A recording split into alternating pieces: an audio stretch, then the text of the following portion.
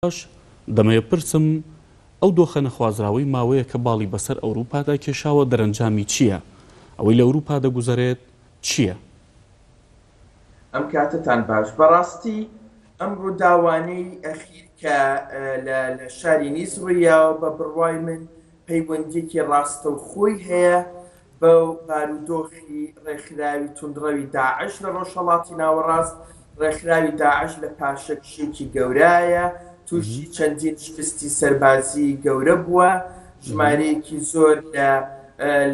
لەو کەسانی کە ئەندامن تایە خۆیان و کە سوکار و ماڵ و مناڵیان مەحاولە ئەکەن ڕاکەن لە شوێنەکان. ئەمە بە بڕوای من جۆرێکە لە ئینتیقام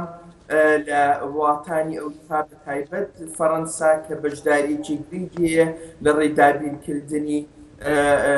هێزی ئاسمانی و لێدانی پێگەکانیان لە ناو ڕۆژهەڵاتی ناوەڕاستدا. پەیوەندیەکی ڕاستەوخۆی بە بڕوای من زیاتر بەوە هەیە و دەلالەت لەوەش بۆ ئەمریکا بە نمونە ئەگەر بۆ ئەمە بێت دکتۆر، خۆ ئەمریکا سەرۆکی هێزا و پەیمانەکانی دژی داعشە، ئەو بۆ خۆی سەرپەرشتی ئۆپەراسیۆنەکان دەکا، ئەو ڕەنگە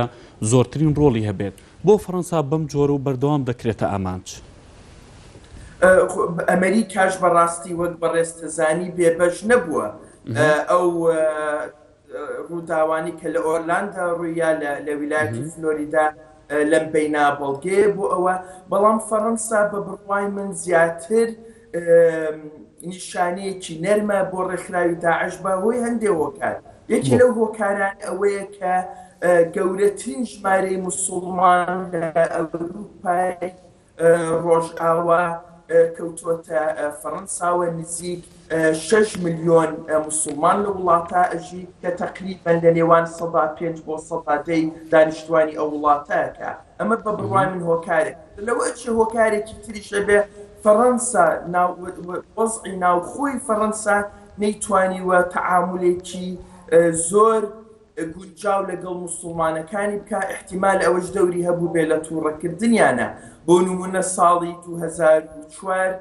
لە چیان مەنع کرد، بۆ نمونە لە قوتابخانە و خوێندرگاکان. لە 2010 نیقاب و پەچیان مەنع کرد لە شوێنێکی شتێکانە. بۆ نمونە تا ئێستا ئەو جۆرە شتانە لە وڵاتی بەریتانیا ڕووناوە کە بەریتانیاش موسڵمانێکی هێجگار زۆری تایە و نسبەتێکی باشش لە موسڵمانانەی بەریتانیا ڕەمە تەوەجوهیان تۆزێ ڕادیکاڵ و تونڕەو بێ. بە بڕوای من دیارە هێزەکانی ئاسایش و پۆلیس ئەو ژیریەی کە حکوومەتی بەریتانی توانیوێتی بەکاری بێنێ، لە عینەن کاتیشە دیارە لاوازی دەستگا مخابراتەکانیان بەم ڕۆژگارە لە بەریتانیا تقریبەن هەفتە نییە یان بە 2 هەفتە جارە نییە ئێمە لە هەواڵەکانە گوێمان لێوەیە کە دەستگای هەواڵگیری ناوخۆی بەریتانیا و پلیسی ناوخۆی بەریتانیا توانیوێتی موامەرەیەکی تەرۆریستی لەسەر شوێنی لە شوێنەکانی بەریتانیا کەشف نەکات. باش، کەواتە پاراستنی ئەمنیەت و سکیۆریتی و هەروەها جوگرافیاش تا چەند هۆکار بووە بۆەوەی زیاتر ئەم ڕووداوانە ڕوو لە فەڕەنسا بکەن وەک لە وڵاتانی دیکەیەکێتی ئەوروپا؟ بەڵێ بەدڵنیاییەوە هەر فەڕەنسا بە حکمی ئەوەی کە مهاجرێکی زۆری لە باکووری ئەفریقاوە بۆ ئەچێت، ئەمە خۆی کارێکی وای کردووە کە ژمارەیەکی هێجگار زیاتر لە موسڵمانان ڕوو بکەنە ئێرە. بەس تەبعاً کە منەڵە موسڵمانی ڕادیکاڵ ئەمە ژمارەیەکی هێجگار کەم هەوەستن بەم کارانە. بەڵام ئەمە وای لێ کردووە کە ئامانجێکی نەرمتر بێ، ئامانجێکی ئاسانتر بێ بۆ داعش. بەس وەک بەڕێستەزانی لە ئیسپانیا، لە لەندەن، لە بەلجیکا و لە فەڕەنسا هەروەی ئەوە گەبینین لەم چەند مانەی ڕابردووە بە تایبەت فەڕەنسا ئامانج گیراوە. ئەگینا وڵاتانی تریش بێبەش نەبوون لە نیشانەگرتنەوەیان وەکو نیشانەیەک بۆ ڕێکخراوە تێرۆریستەکان. باش، کاردانەوە و وەڵامەکانی ئۆلاند وەک خۆ داماژەت پێکردوتە ڕەنگە ئەوەی کە ڕێکخراوی چەکداری داعش دەکە یاخود بەشێک لە ڕێکخراو تونڕەوەکان بەرامبەر بە فەڕەنسا دەکەن کاردانەوە بێت. لە دوانەکانی ئۆلاند تا چەند هۆکار بۆەوەی ئەم کاردانەوانە زیاتر و زەختر بن؟ بە بڕوای من هۆڵاند هەر کاردانەوەیە کات لەم شێوازانە بڕوا ناکەم ئەوە تەئسیر بکات لەسەر داعش بە شێوکی ڕاستەوخۆ ئەوان هەڵڵێن زەربە دەست بوەشێنن لەو شوێنی کە ئەتوانن یعنی بۆ نمونەگەر تۆ سەیری ئەم لۆریە بکەی خۆ ئەم لۆریە وەک تا ئێستا ئاشکرا بووە هەندێک راپۆر دەڵێن هەندێک ڕوومانە و تەقەمەنی لە تیا بۆ بەڵام ئەوەی کە کردێتی لۆریەک بوو بە شوێنێکی قەرەباڵغا لێ خوڕیوە یان ڕووداوەکانی 11 سپتێمبەر دوو تایارە بوون بە ئاسمانە و هایجاکران اختطافکران و کێشران بە سێ بینە ئەمانە بازێ لەم ئامانجانەی کە بەکارێت ئامانجێگرین کە بە ئاسانی بتوانی کەشفیکە ئەمە لەلایەکەوە لەلایەکی تریشەوە شەرت نییە ئەم کوڕەتون سیاسی یەک ساڵەی کە ئەم لۆریە لێخوڕیوە ڕاستەوخۆ ڕێکخراوی داعش ئەگەر داعشش بەرپرسیار بێت ئەوان ڕاستەوخۆ داوایان لێ کرد بێت ڕەمەخۆی تاگلایەنە هەڵسابێ بەم ئیشە بەڵام داعش پێی خۆشە بڵێ ئەمە لە نیابەتەن عن من کراوە و بۆ ئامانجەکانی من جێبەجێکراوە بۆ ئینتیقام زۆربەی جار ئەوروپا کە تەعامل لەگەڵ موسڵمانانەکانەکە یەک وەڵامدانەوەیە یەکەم جار ئەڵێ نازانین کە هەڵساوە بەم کردەوە تێرۆریستیە دوای ئەوە ئەڵێن فلان کەسە و لەوە ئەچێ سەر بە فلان ڕێکخراوە بێ حاڵەتی سێهەم ئەڵێن نابێت ئێمە هەموو موسڵمانان بە یەک فڵچە بۆیە بکەین ئەمە گروپێکی بچکۆلەن لە ڕادیکاڵەکان لە ناو کۆمەڵگای موسڵمانانە و جارێکی تریش دنیا ئاساییە بێتەوە وەک شێوازی پێشوو بەڕاستی ئەوروپا پلانی نییە و نازانێت چۆن تەعامل لەگەڵ ئەم کردەوە تێرۆریستیانە پێت وایە دەبێت بۆ لەم و دو ئەوروپا پلانی چی بێت بۆ ڕێگرتن لەم ڕووداوانە بەڕاستی پلان بۆ ڕەتدانەوەی لەم جۆرە پلانانە کارێکی زۆر زەحمەتە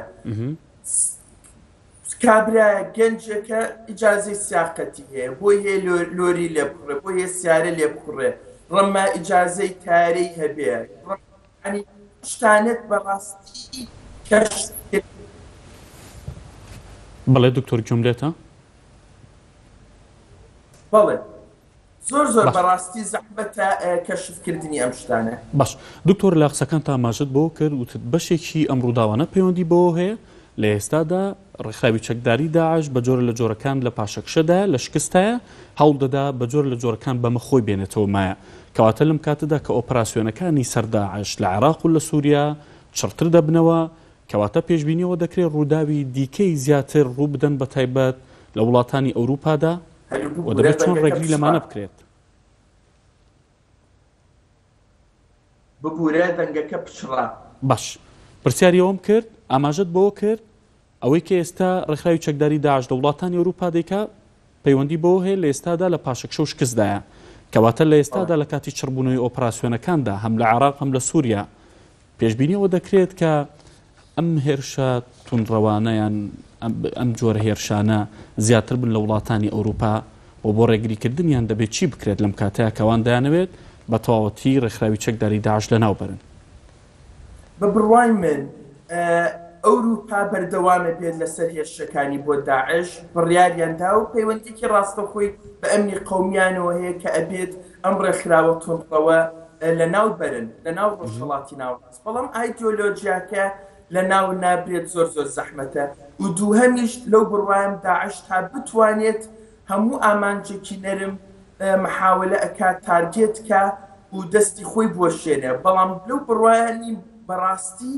بۆ ئەم جۆرە کردەوانە دەستگاکانی ئاسایشی ئەوروپا بەریتانیا بێ فەڕەنسا بێ هیچ شێکی ئەو تۆی بۆ بکرێت چونکە بەڕاستی وەسائلی شەرعی بەکارهێنێت بۆ ئەم کوشتارانە تۆ چی ئەکەی لەگەڵ لۆریەکە یان چی ئەکەی لەگەڵ کەسێک گەنجەکە توانیوێتی چەکێک پەیاکە و بڵین زەربە لە شوێنێک بدە زۆر زەحمەت معالەجی ئەم شتان و خۆشان ئەوروپا ئەزانن تەعامل لەگەڵ ئەم ئیشا کارێکی گرانە تاقە ڕێگان بە بڕوای من حکومەتی بەریتانی بۆ نمونەیەکێکە لە وڵاتانی کە زۆر بە عاقڵانە تەعامل لەگەڵم ئیشاءەکە زۆر جار هەیە بەڕێوەبەری پۆلیسی شارەکان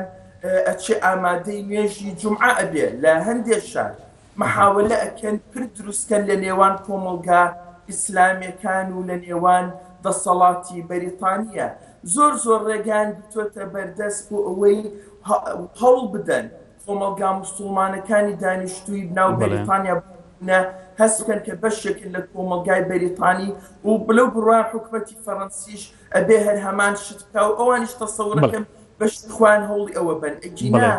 بۆ عیلاجکردنی ئەم جۆرە کردەوانە عیلاجی زۆر زەحمە. بەڵێ دکتۆر محەممەد جەلال مەجید مامۆستای زانستی سیاسی لە زانکۆی ئەکستەر لە لەندەن سوپاس بۆی لەم گەشتەی هەواڵەکان لەگەڵ